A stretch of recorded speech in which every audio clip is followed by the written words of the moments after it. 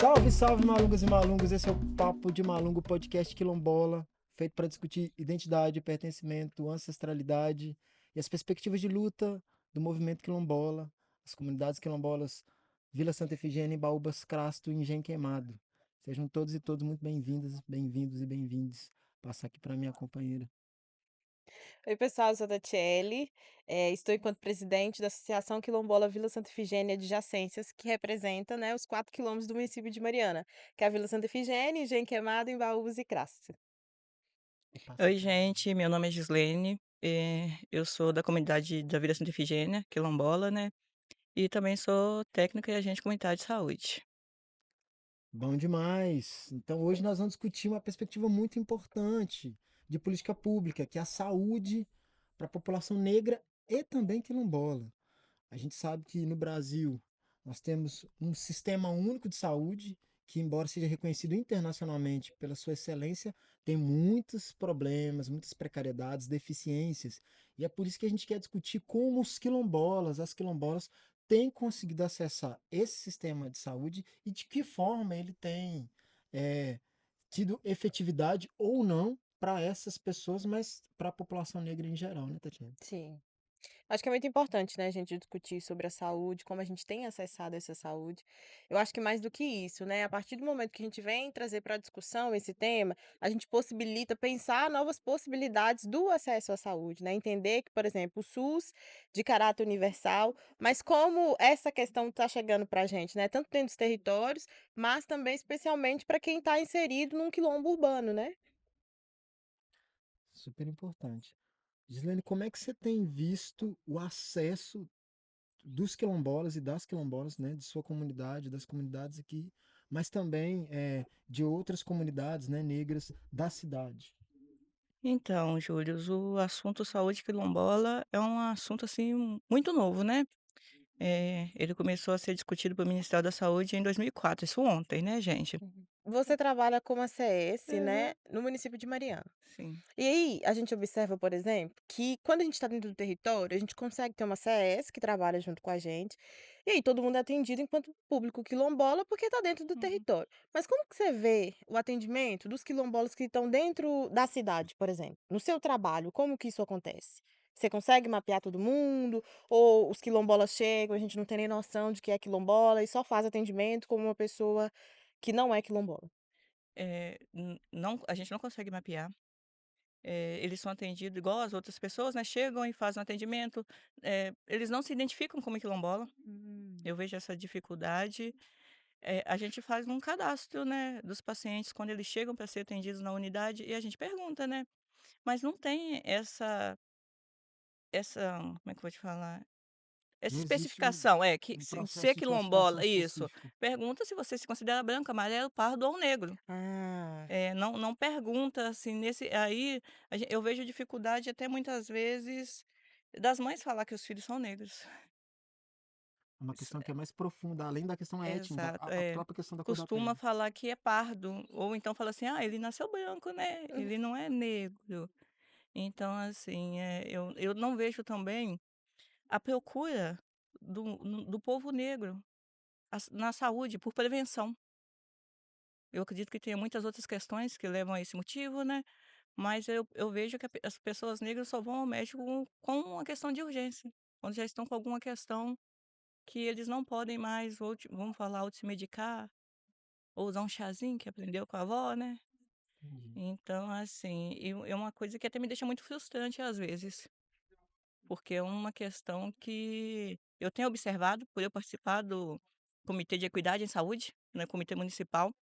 E a gente, no comitê, estava procurando uma maneira de levar essa reflexão para os funcionários da saúde, de como abordar, né, a população negra. E assim, e eu não vejo essa procura. Então, assim, eu não tenho nem como fazer uma pesquisa de como a gente iria fazer isso. A gente está tentando ver uma maneira de fazer uma cartilha, porque assim, eu acho que tem que começar na base. Você tem que ser bem tratado como uma pessoa negra, como um quilombola naquele local para você poder se identificar. Sim. Eu acredito que como a maneira você também é recebido, pode te fazer você entendeu, assim, dar uma, né. E eu acredito que existe o racismo estrutural, Sim, e eu acredito que ele adoece, e eu também acredito que as pessoas não se identificam ou às vezes não procuram lugares que elas deveriam estar por causa disso. exatamente. Eu acho que esse que é o ponto, sabe? A gente discute muito sobre saúde, sobre outros processos também. E quando a gente fala sobre o racismo, ele atinge todas as camadas e de várias formas. Esse, por exemplo, não se identificar, não se reconhecer enquanto negro também, é uma questão, na maioria das vezes, de autoproteção.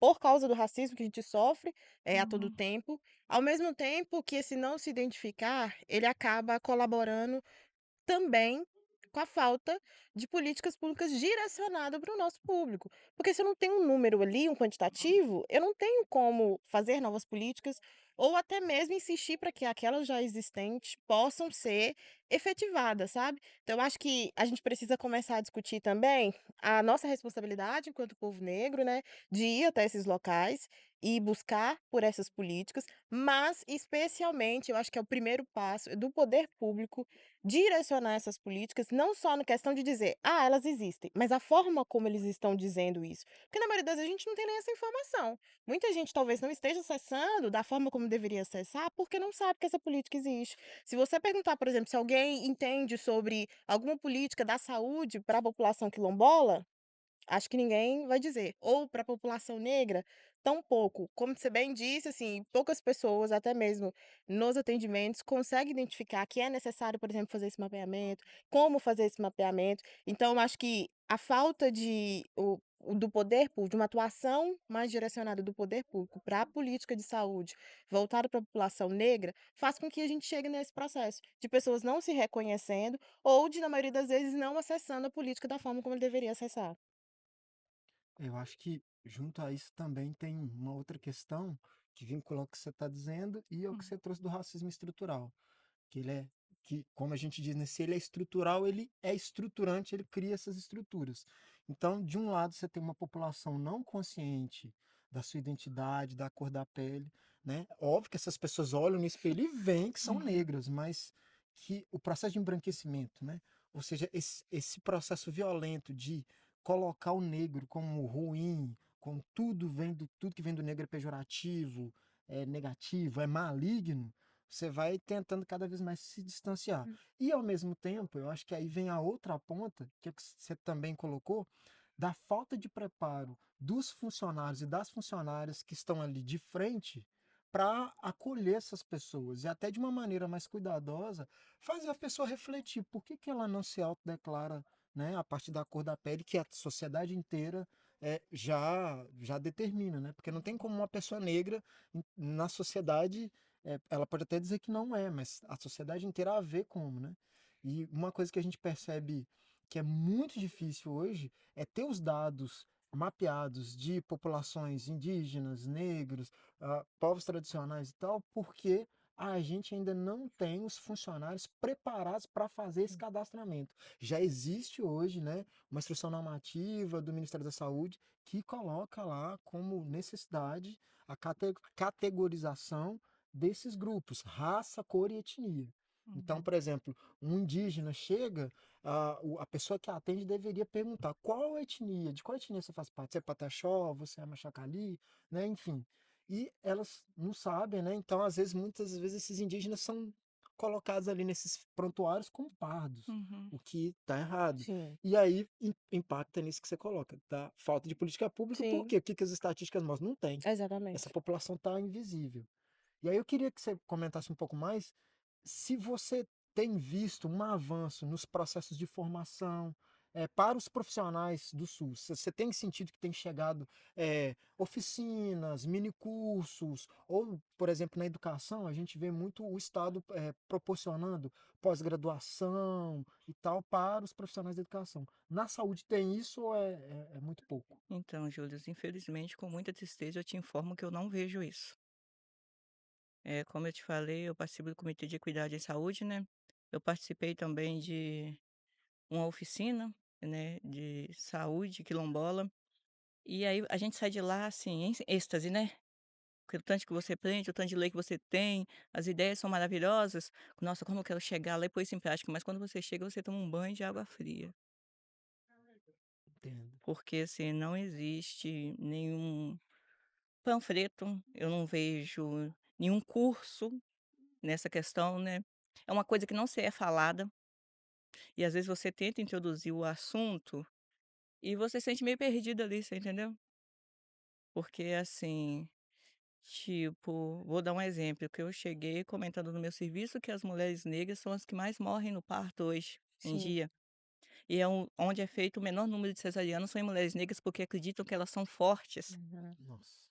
Então olha que controverso isso, né. Violência obstétrica. E aí eu ouvi que a gente foi preparada para isso, No você entendeu. Então, assim, a população negra é a que mais sofre com pressão arterial, gente.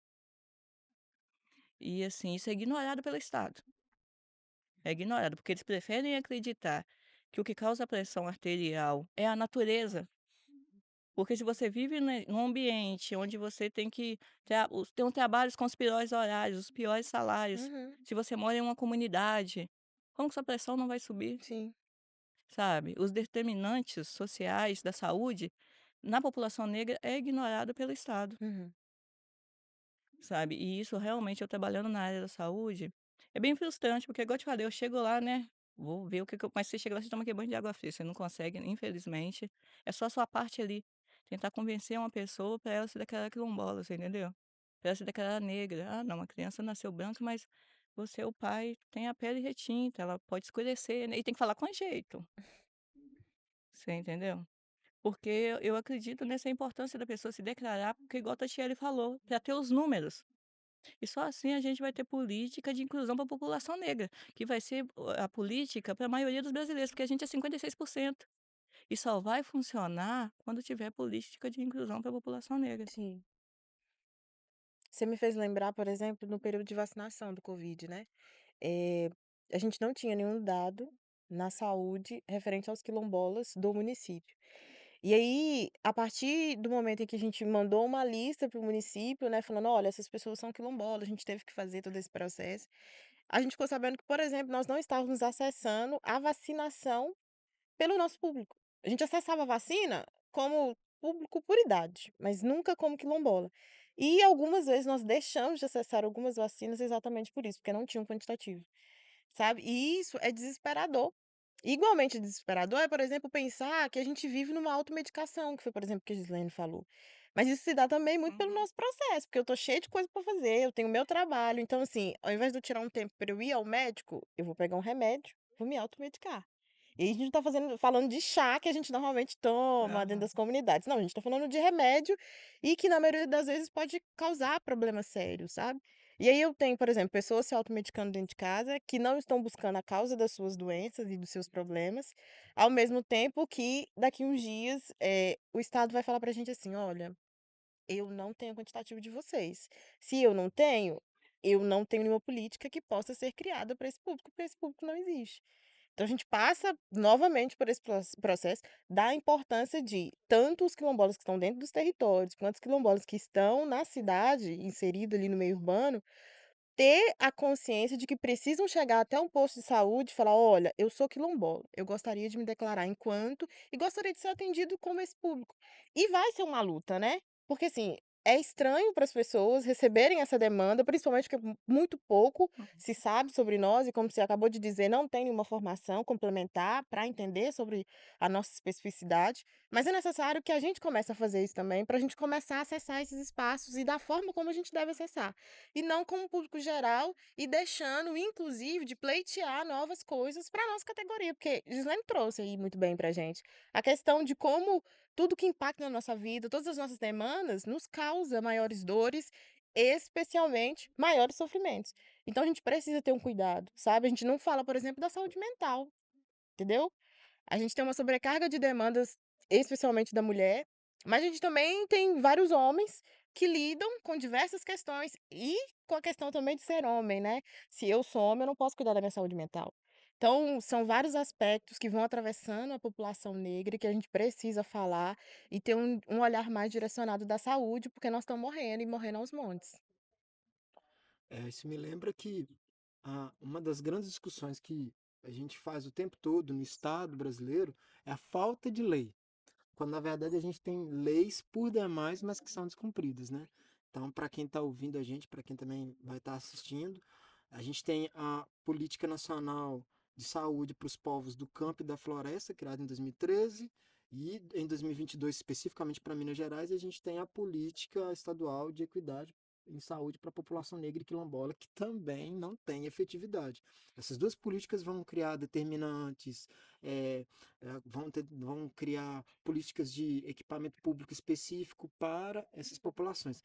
E aí é sempre um desafio, eu acho que Gislaine pode falar muito melhor do que eu, porque as pessoas às vezes não conseguem entender como é que o Estado é estruturado. Então você tem o tal do Pacto Federativo que diz que o governo federal repassa para o governo do Estado repassa para o município e o município é responsável por aplicar. Então o governo federal não pode vir aqui e intervir dentro do município, porque é o secretário de saúde, junto com a equipe, né, que trabalha nos PSFs, nas UBSs, nas unidades básicas de saúde, que tem que estarem prontas, preparadas para executar essas políticas. Quando eles não estão preparados, a gente tem uma política que é inefetiva, e aí começa a se falar que a lei não vale nada. E aí, desse ponto de vista, eu consigo perceber, Gislaine, na sua fala, Uhum. que você tem feito um esforço ali muito grande, né, dentro dos espaços que você está. Você participa de comitê, inclusive, que foi Uhum. uma conquista muito grande, que existe o Conselho Municipal de Saúde, mas o comitê tem um olhar mais específico para os trabalhos dentro das unidades.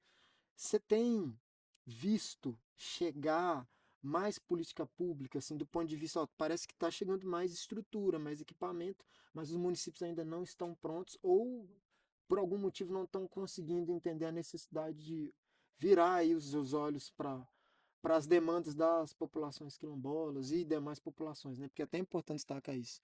A gente tem uma política específica para os povos tradicionais de matriz africana, né? E Uhum. que também, se para quilombola não é implementado, imagina para o povo de matriz africana.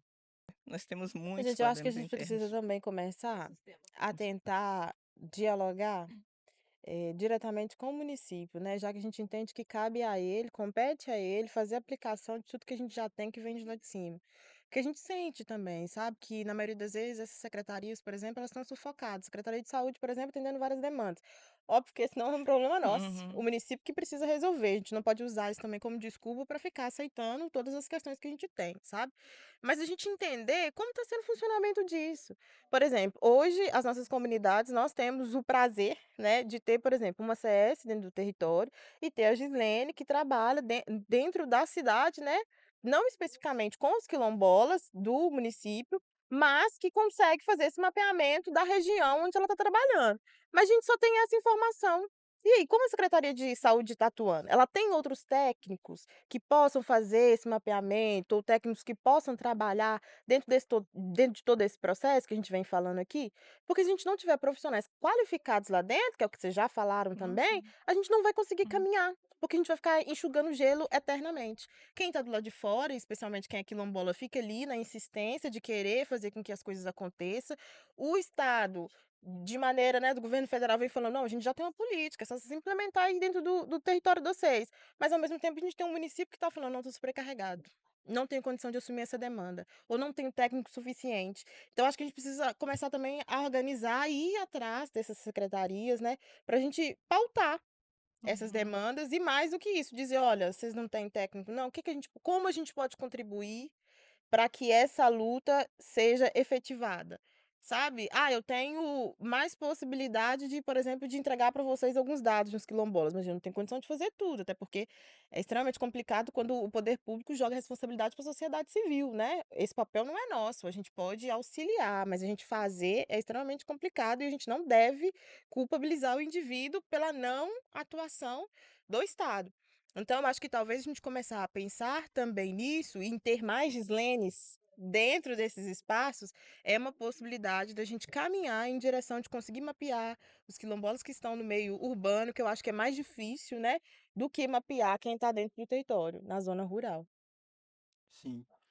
Eu acho que, além disso, eu acho que é importante que as pessoas tomem consciência dos espaços de participação da sociedade civil que, com todas as limitações que a gente sabe que tem, ainda assim são a forma que a gente consegue de acompanhar a execução de recursos dentro do município. Sim. Muitos desses conselhos, né, Gislaine, o Sim, próprio comitê tem esse papel de orientar, ajudar a construir a política pública e, principalmente, direcionar para os lugares corretos.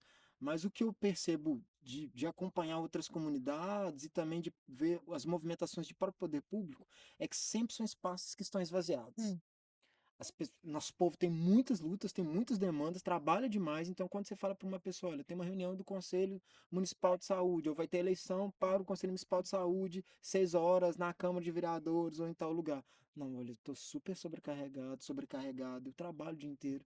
Você me pedir para ir para uma reunião, ficar mais 2 horas discutindo. É como se a gente estivesse colocando a responsabilidade que é do Estado, né, sobre as costas, os ombros das mulheres e homens quilombolas, negros da sociedade. Mas, infelizmente, esses são os poucos espaços que a gente consegue ali acompanhar e, de alguma forma, tentar executar. Óbvio que tem um outro espaço que também é importante, que é o espaço legislativo, né, e é por isso que a gente sempre vai incentivar e dizer da importância de ter representantes quilombolas, né, nas câmaras de vereadores, prefeituras, governo do estado, governo federal.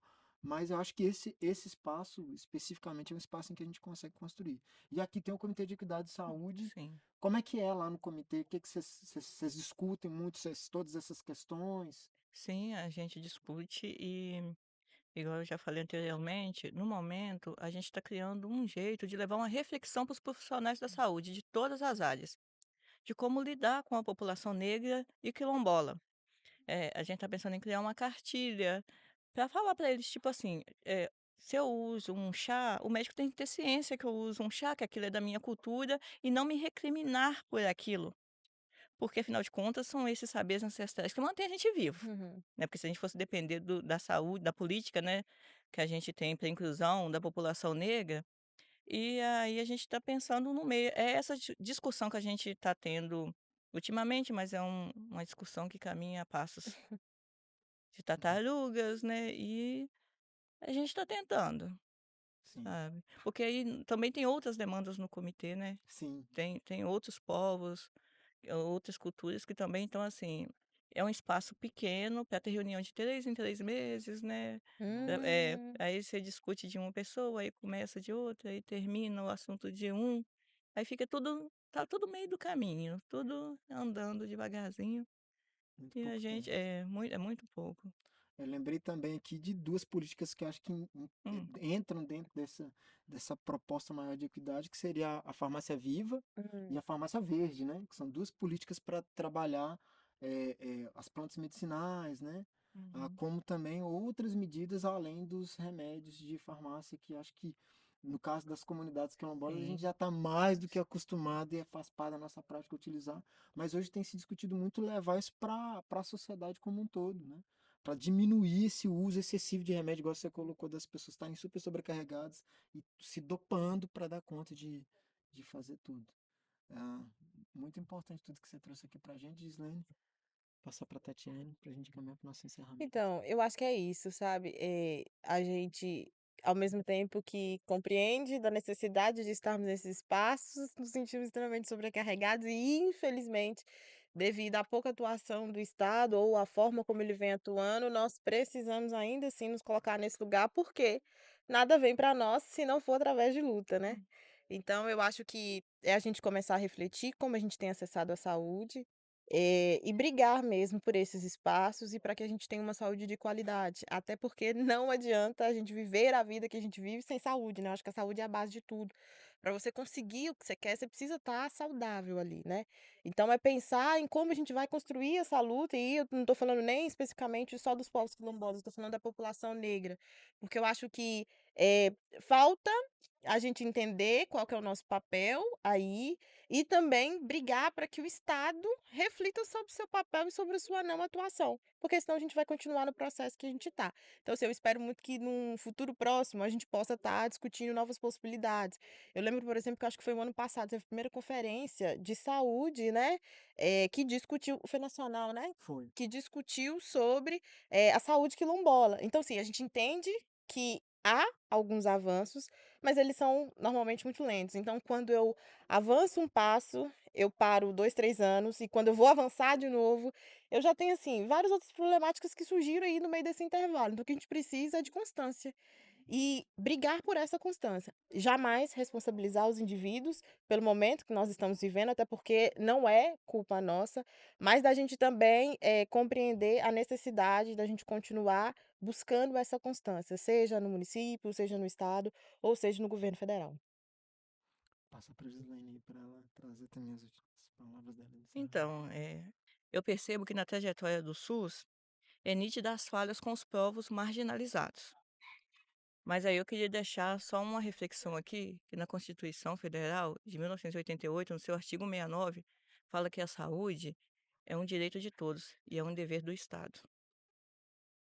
Então eu deixo isso para reflexão, porque igual a Tatiele falou, a gente sente que a gente está fazendo o que o Estado deveria estar fazendo. Isso sobrecarrega a gente. Perfeito. É isso, pessoal. Agradecer demais. Pedir para vocês comentarem como é que vocês estão sentindo, se está gostando, se a gente continua discutindo esses temas. Curtir, compartilhar.